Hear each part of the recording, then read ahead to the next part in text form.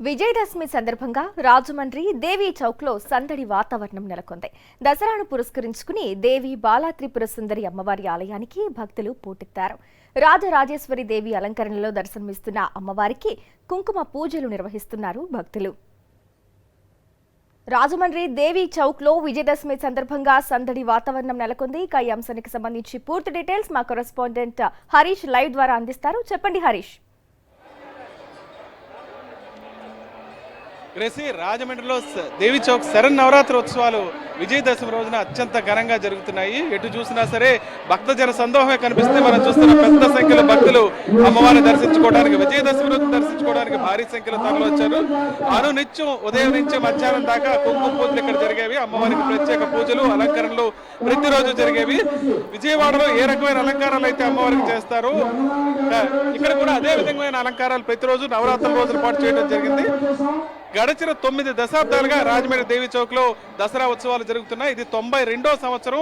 1934 నుంచి ఉత్సవాలు ప్రారంభమయ్యాయి. ఈ ఉత్సవాల వల్ల ఈ ప్రాంతానికి, అమ్మవారికి ఉత్సవాలు నిర్వహించడం వల్లనే ఈ ప్రాంతానికి దేవి చౌక్ అనే పేరు కూడా వచ్చింది. ప్రధానంగా చెప్పుకోవాల్సింది ఏంటంటే, కేవలం ఉత్సవాలు నిర్వహించడమే కాదు, మైసూరులో ఏ స్థాయిలో ఏ రకంగా చేస్తారో అదే రకమైన ఉత్సవాలను ఇక్కడ నిర్వహిస్తారు. దీంతో పాటు పౌరాణిక జానపద నాటకాలను కూడా ప్రతిరోజు ఇక్కడ ప్రదర్శించడం ఆనవాయితీగా వస్తుంది. మొత్తం ఈ కమిటీ అంతా కూడా ఈ 9 రోజుల పాటు అత్యంత ఘనంగా ఉత్సవాలు నిర్వహిస్తారు. అమ్మవారికి వాళ్ళ రాజరాజేశ్వరి అలంకారాన్ని ఏర్పాటు చేశారు. రాజరాజేశ్వరి అలంకారంలో అమ్మవారిని ఇప్పుడు మనం చూడొచ్చు. పెద్ద సంఖ్యలో భక్తులు ఇక్కడికైతే తరలి రావడం జరిగింది. 9 రోజుల పాటు అత్యద్భుతంగా ఈ ఉత్సవాలు నిర్వహించి అదేవిధంగా ఆఖరి రోజు చండీ హోమం కూడా నిర్వహిస్తారు. అమ్మవారి ఉత్సవాలను తిలకించడానికి కేవలం రాజమండ్రి చుట్టుపక్కల నుంచి ప్రాంతాల నుంచి కాకుండా పెద్ద సంఖ్యలో ఇతర ప్రాంతాల నుంచి కూడా భారీగా భక్తులు ప్రతి ఏటా తరలి రావడం జరుగుతుంది. ఇక్కడ జరిగే కుంకుమ పూజ కూడా విశేష ప్రాధాన్యత ఉంది. దానికోసం పెద్ద సంఖ్యలో భక్తులు ఇక్కడికి తరలి వస్తారు. ఇవాళతో ఈ ఉత్సవాలు అయితే పూర్తవుతున్నాయి. అయితే మరో 2 రోజుల పాటు చండీ హోమం, ఇతరత్ర ప్రత్యేక పూజలు కూడా నిర్వహించడం జరుగుతుంది.